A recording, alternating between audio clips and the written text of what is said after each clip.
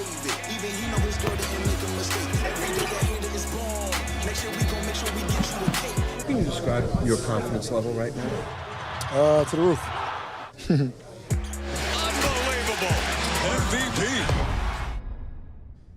We can call him Mr. January. It's his month. Tonight, the Rockets will face the Pelicans in their last game of the month, and the Beard needs 43 points to join Wilt Chamberlain as the only players in NBA history to average 44 points per game in a calendar month.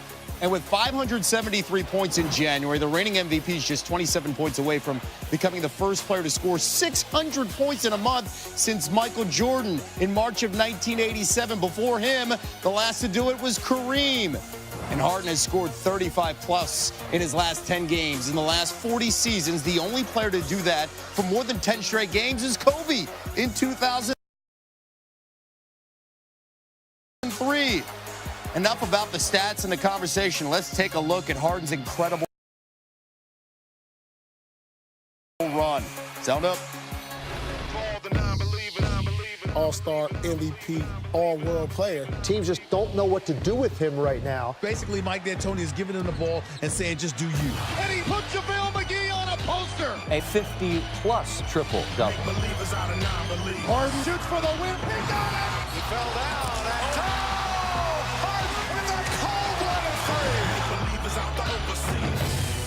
He and Wilt Chamberlain are the only players in NBA history with back-to-back 55-point games.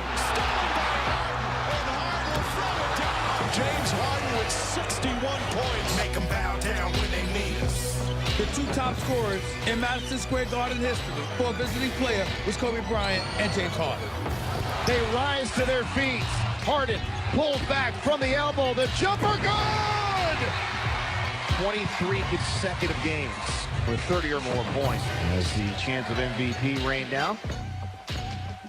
And it's great to have Stephen A. Smith with us. With Harden playing like an MVP and a healthy CP3 now, where do you have the Rockets in the West? Well, semifinals in the Western Conference, I view that, but I look at a team like the Oklahoma City Thunder as a more viable threat to the Golden State Warriors. I'm of the mindset that no matter what you get from James Harden, CP3 is the key. James Harden, to me, no human being can sustain what he has been doing. 21 straight games of 30 or more. You look at the 40-point explosions, 3 games in a row where he scored over 50. But I got to see CP3 healthy to believe it. And until I see that, I'm not picking Houston to get beyond the semifinals. All right, let's stay out west. As for the biggest story in the NBA this week, multiple league sources have told ESPN Anthony Davis's preferred destination is the Lakers. What kind of pressure is on LA to get this deal done in the next 9 days? It's immense pressure on Magic Johnson. There's no way around it, because here's the reality. The Golden State Warriors are incredibly formidable. If you're Irvin Magic Johnson, you wouldn't trade for Paul George. You wouldn't give up Brandon Ingram. You wouldn't trade Kuzma and the boys to San Antonio for Kawhi Leonard. You wanted to hold on to your assets. And now if you lose out on Anthony Davis, well, who else is going to be available for you to get? Are you sure you can get Klay Thompson? Are you sure you can get Kyrie Irving? If you don't get Anthony Davis, you potentially get no one. And if you potentially get no one, then you've gotten LeBron James for what exactly? Let's talk about Danny Ainge, still determined to make a trade for Davis, knowing he may not sign long-term. If the preferred destination is the Lakers for the Brow, how will that impact the rest of the trade market and these other teams if it's just for a rental in your mind? Well, it remains to be seen. And you also have to remember that as long as Kyrie Irving is on the Boston Celtics, they can't make any moves to trade for Anthony Davis until this summer. So, and not only that, their preferred situation is to have Kyrie playing alongside Anthony Davis. So we've got to look out for that. There are other teams that Wojnarowski pointed out to me on my radio show yesterday. He said, hey, look, you got teams that know that Anthony Davis could potentially be a rental, but they believe in having an asset like that because they believe they'd be able to get more than Dell Demps, the general manager in New Orleans, would be able to get from him right now. So they want to throw their name in the hat. On Brian Windhorst's recent podcast, Jackie McMullen said LeBron's camp wants a coaching change in L.A. How much longer do you think Luke Walton has as the Lakers head coach? This season. to be quite honest with you. Now, in fairness to LeBron James' camp, they swear that report was erroneous. He has never spoken out against Luke Walton. That much needs to be said. One could surmise that change is coming, but we don't know that for sure. We'll see what happens, whether or not they get Anthony Davis, if they get Anthony Davis, what the team looks like, or if they don't get Anthony Davis, how everybody scatters for cover to sort of offset the negative momentum that will come their way, because you don't know who they're going to get, if anybody at all, via free agency. That's the situation with the Lakers right now, and it's appropriate because they're in Hollywood, and obviously this is a true Hollywood story. Yeah, drama, and more drama. One thing we can tell you for sure, LeBron not going to be in the lineup tonight as the Lakers host the Sixers. Stephen A. Smith, thank you. Thank you. Hello from New York, and hello from SportsCenter, and hello, Kevin. Hello from Bristol, KO. Day 93, the baseball offseason. We're still waiting on Bryce Harper and Manny Machado. The waiting game is the big story in the NBA with another big star. Anthony Davis will not play tonight for the Pelicans when they face the Rockets. He'll miss his 5th straight game due to a strained left index finger, but it's the first one he'll miss since requesting a trade. By the way, he was fined $50,000 earlier today by the NBA for violating the CBA for making a trade request public. Here's the latest development on Davis. Multiple league sources expect his agent, Rich Paul, will soon deliver word around the league that his preferred destination is the Lakers, and that if he's dealt anywhere else, he'll be a rental player until the 2020 offseason. However, league sources have said that Danny Ainge is still interested, even without assurance that he'd sign an extension with the Celtics.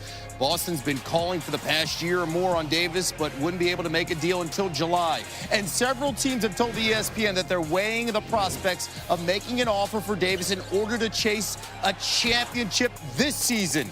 Teams might then try to flip Davis after the season to regain some of the assets they'd lose in making the deal. Pelicans head coach Alvin Gentry today.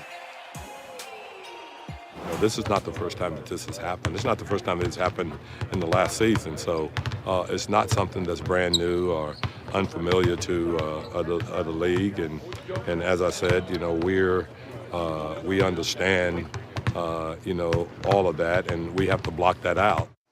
It is the elephant in the room. Great to have Woj with us here. What's the strategy right now when you look at the Lakers and the Celtics trying to land Davis? Well, L.A. would like to get a deal done sooner than later because right now they don't have the Celtics in the bidding. And for L.A., listen, they have young players. They can offer multiple first-round picks going forward. But they need to have a willing partner here with the Pelicans. And they found last year with the Spurs weren't enthusiastic about sending Kawhi Leonard their way. The Pelicans, listen, they don't want to just give Anthony Davis to the Lakers and put him where he wants to be. Boston wants to play the longer game here. And listen, they're going to get word. They'll talk with New Orleans soon if they haven't talked here in the last hour or two.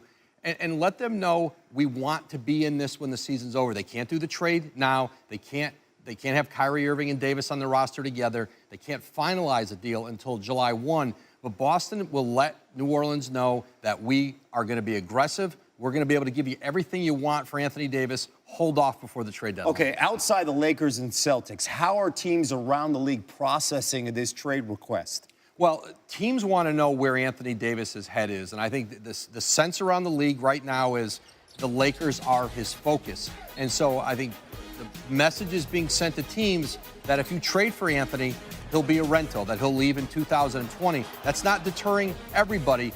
Teams in their offices, a lot of meetings the last couple days. Do we have the assets to that would fulfill what New Orleans would want? Is it worth us getting involved in this? And, it's still a slow-playing, slow-developing marketplace for him. They have until Thursday afternoon. Next Thursday is the trade deadline. All right, and the big question is, too, what do the Pelicans want? Do they want draft picks, big-name players? Do they want a guy that has an expiring contract, right? Right now, the Pelicans want everything. They've got Anthony Davis. They're going to ask for the moon here for a while. All right, the trade deadline, as we just talked about, 9 days away. I'm Michael Leach. Thanks for kicking it with us on SportsCenter, which lately, John, feels like the James Harden show because he's earned A-block top billing quite a bit lately. It's hard to deny a man scoring at a clip comparable to Wilt. Just once, could somebody figure out how to keep this cat under 30? January James, 610 points scored this month. That's an average of 43.6 per 14 games here in January. Now, they're having to guard him without Anthony Davis because he's got a bad finger. AD, of course, hadn't been traded, but here's the coach on stopping him. Well, we'll do as good a job as everybody else has done in the last 6 games. How about that? We'll try hard to hold him under 50, okay? And that means we've done as good a job as anybody else. We're chuckling, low bar. That's all we're saying. We're not promising a bunch. First quarter, Harden started well. Drives, scores, and the foul. He got to the line just 10 times tonight, made 9 of those. Darius Miller guarding Harden. Harden goes right around him and scores. He had 11 in the first quarter. We look at that again because we're giving the old hands behind the back thing so you don't reach in, but that doesn't work. Now you just look foolish. You play defense with your feet. Harden steps back, drains a 3 there. So he had 15 in the first half, halfway to 30, but not terribly efficient. Just 5 of 13 shooting. Rockets, though, led by 7. Third quarter, Pelicans. All right, let's double team Harden. And then he gets it to P.J. Tucker, who finds Kenneth Faried, and he lays that in. Harden, screen, Tucker. They're going to follow him. There you go. Hike, back to hit. Tucker had 9 points in this one. 2 defenders again coming. Harden, he's not afraid to give it up. He had 6 assists in this game. Austin Rivers is the guy that knocks that one down. So makes some good reads there. Pelicans in transition. Jahlil Okafor. Big game for Okafor. 27 and 12, 11 of 15 shooting. So Anthony Davis, they miss him, but it's nice that they get a complimentary fill in there from Okafor. Pelicans led by 3 after 3 into the fourth. It's a 10-point game. Drew Holiday in the lane, scoring. On the home floor, the Rockets are down a dozen. Harden, he's got 27. He's got 30 bangs. So he extends the streak of consecutive 30-plus games to 24. It's another one to go there. Again, 11 of 32 shooting, 6 of 18 from 3. So volume shooting to get the points, not efficient for Harden. Here he gets the ball running out because it's still a 4-point game. They got a chance with 17 left. Foul, he looked for it. He gets bumped, goes out of bounds. He's got nothing. Rusty Harden tried to protest, didn't work. Harden finishes with 37, but the Pelicans finish with 5 more, and they get the victory. James Harden finishing the month with 610 points. Just the second player with 600 in a month since the merger with the ABA, 1976. Michael Jordan's the other player. That's always good company. MJ, 676 points in March of 1987. All right, still to come, we break down the best moments from James Harden's historic January. Plenty to choose from. Again, although the man wasn't terribly efficient, he did score 37, which is impressive. His team, by the way, 8-6 in the month of January. All right, speaking of impressive, Russell Westbrook went on a nice little tear lately of triple doubles. More on that in just a moment. And his running mate, Paul George, has been playing stupid basketball of late, and I mean that as a compliment. How about that? Crossing you over.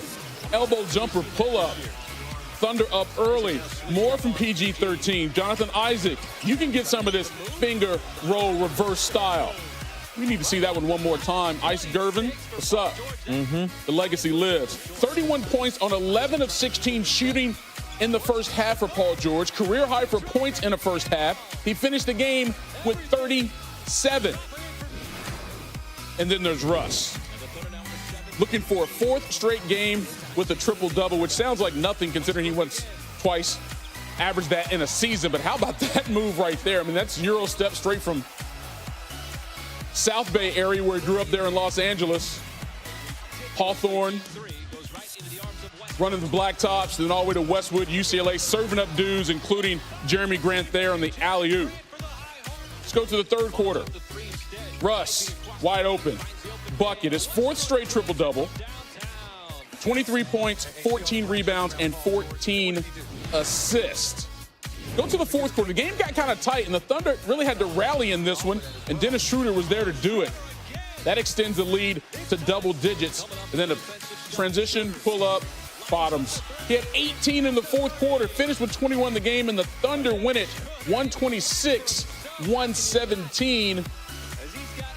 As Russ does it again, filling up the box score. As I mentioned, his 4th straight game with a triple-double. It's the 7th time in his career he's had a triple-double streak at least that long. That ties Oscar Robertson for the most triple-double streaks of 4 or more in NBA